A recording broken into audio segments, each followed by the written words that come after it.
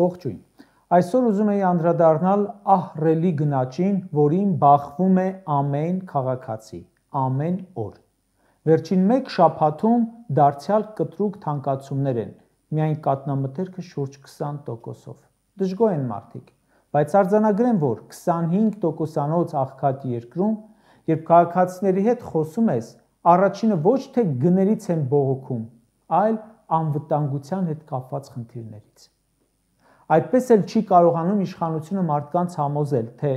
խաղաղություն է լինելու մեր սահմաններին, ու այս խառը աշխարհում ավելի շատ ենք համոզում, որ այդ խաղաղության մասին խոսքերը պարզապես դատարկ են։ Երեք տեղի ունեցած իրադարձությունը ևս հիմնավորում է այդ դատարկությունը։ Տեսեք, Եգիպտոսի նախագահը, Կատարի էմիրը, ԱՄՆ նախագահը, Թուրքիայի նախագահը Շարմ էլ-Շեյխում կայացած խաղաղության գագաթնաժողովին ստորագրել են Գազայի հատվածում հրադադարի հաստատման համաձայնագիր։ Հրադադարը Գազայում ինչպես է ուղեկցվում։ Գերիների փոխանակմամբ։ Իրենք հրադադարը հաստատել են 3 գերիներին փոխանակում են։ Հայաստանն արդեն ասում է խաղաղություն է։ Մի տարի է խաղաղություն է։ Ուր են մեր գերիները։ Այսօր դատավարություններ Բաքվում։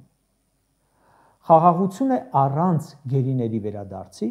Դա հենց պատճառներից մեկն է, որ չեն հավատում մարդիկ այդ խաղաղություն կոչվածին։ 2 ամիս է ինչ Վաշինգտոնում ստորագրեցին ինչ որ բան ու ասացին, թե արդեն խաղաղություն է։ Անցած 2 ամսում ԱՄՆ նախագահը 6 անգամ շփոթել է Հայաստանի անունը, Նիկոլի անունը։ Նրան ընդհանրապես այն օր ասում էր մեր տղան, երեք էլ սա գնացել հիշեցնում էր իր մասին, թե բարև ձեզ, ես Հայաստանի վարչապետն եմ ու ասում էր շնորհակալություն։ Ես չեմ դուք եք, հույսներդ կդնեիք այդ մարդկանց վրա։ Այս կարգի խաղաղության մասին դուք լսած կաք երբևէ։ Իսկապես մտածում եք, թե հարց են լուծելու մեզ համար իրենք։ Մեր բարդ տարածաշրջանում, այս իրավիճակում, երբ թշնամիները ատամները սրած սպասում են նոր պատառներ փախցնելուն, դարձյալ հարմար առիթ են սպասում, որ հոշոտեն, այս մակարդակի ղեկավարության վրա հույս եք դրել։ ԱՊՀ գագաթնաժողովում տեսակ պահվածքը, սուրճի շուրջ ձեռքառնոցին, ամենուր կլինի Վաշինգտոն, Մոսկվա, Դուշանբե, Կոպենհագեն, թե Շարմ էլ-Շեյխ կամ այլ տեղ, Հայաստանի անունից ներկայացողը ծիծաղելի վիճակում է։ Այդ կադրերի մեջ մեր ողբերգականությունն է։ Գնացել ասում է ինձ հիշեցիք, չէ, Հայաստանի վարչապետն եմ։ Եթե վաղը Ադրբեջանը հարձակում սկսի Հայաստանի վրա, ինչ է Նիկոլն անելու, WhatsApp-ով զանգելու է Թրամփին, ասի թե Ալիևի տանկերի դեմը փակի, նա էլ փակի։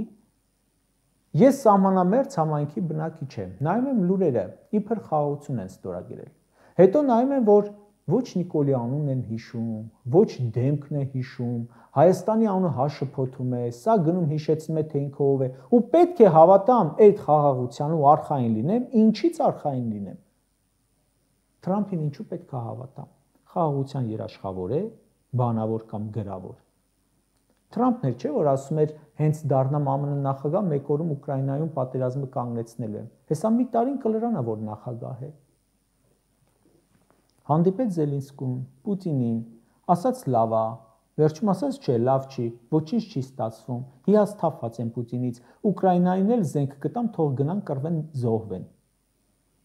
ԱՄՆ շահագրգռվածությունը հələ ուկրաինական ճակատում շատ լավ գիտենք, ու դրանով հանդերձ ոչինչ չեն կարողանում անել։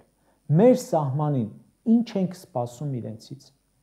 Ես զարմանում եմ, որ կան մարդիկ, որոնք լրջությամբ են վերաբերում այդ գործընթացին։ Սրանք անգամ մի անվան շուրջ չեն կարողանում պայմանավորվել։ Ասում են Կոպենհագենում ամբողջ հանդիպումը քննարկել են Զանգեզուրի միջանցք տերմինը չօգտագործելու հարցը։ 2 օր հետո Ալիևն էլի ասում է Զանգեզուրի միջանցք։ Էլավ խնդալու չի։ Անգամ անունը չեք կարողանում պայմանավորվել։ ԿՊ-ն ասում է, արդյոք խաղաղություն չէ, սահմանին զոհ չկա, ժողովուրդ, խաղաղություն ենք բերել։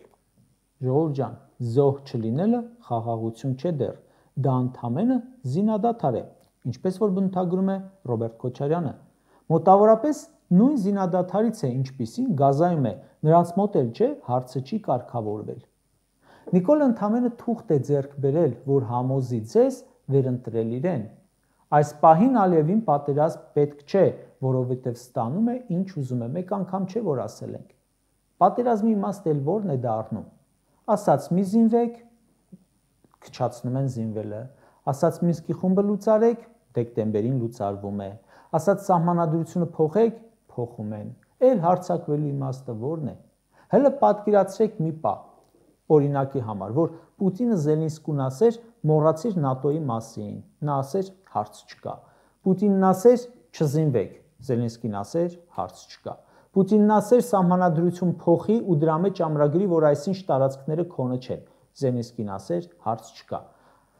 Ասեր Օդեսան տուր, Զելենսկին ասեր, հարց չկա։ Պատերազմ կլիներ։ Հիմա Ալիևն ասում է սահմանադրությունը փոխի, Նիկոլն ասում է հարց չկա։ Ասում է սահմանադրության միջից կհանես անկախության հռչակագիրը, Նիկոլն ասում է հարց չկա։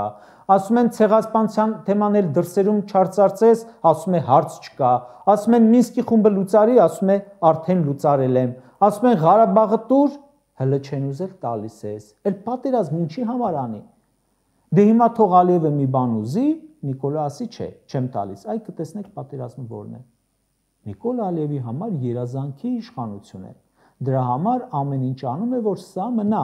Նիկոլն էլ ամեն ինչ անում է, որ Ալիևի որևէ պահանջ չմնա անկատար։ Ոնց որ հարևանդ գա քեզ ասի վեշերը թավակի տանից դուրս արի ու դու չընդդիմանաս։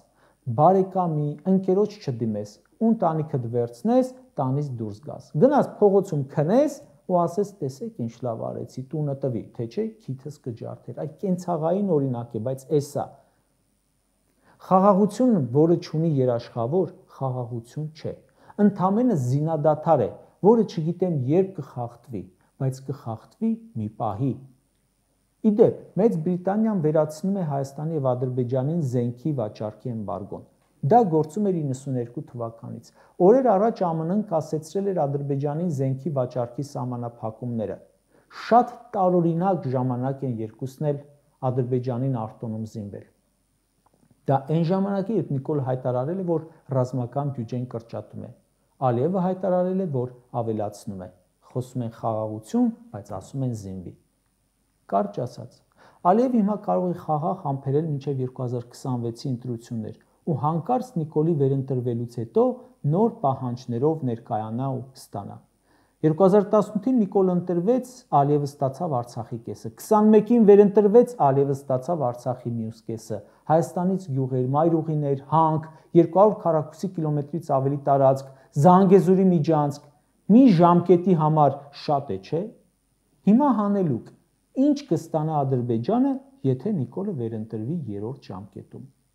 Հանելուկ է, որը առաջին դասարանցին էլ կարող է գուշակել։ Սա բոլորովին ինքնիշխանություն չէ, ինչպես անընդհատ սիրում են դրանք կրկնել։ Սա իշխանություն է, որը ամբողջությամբ կախված է Ալիևի կամքից։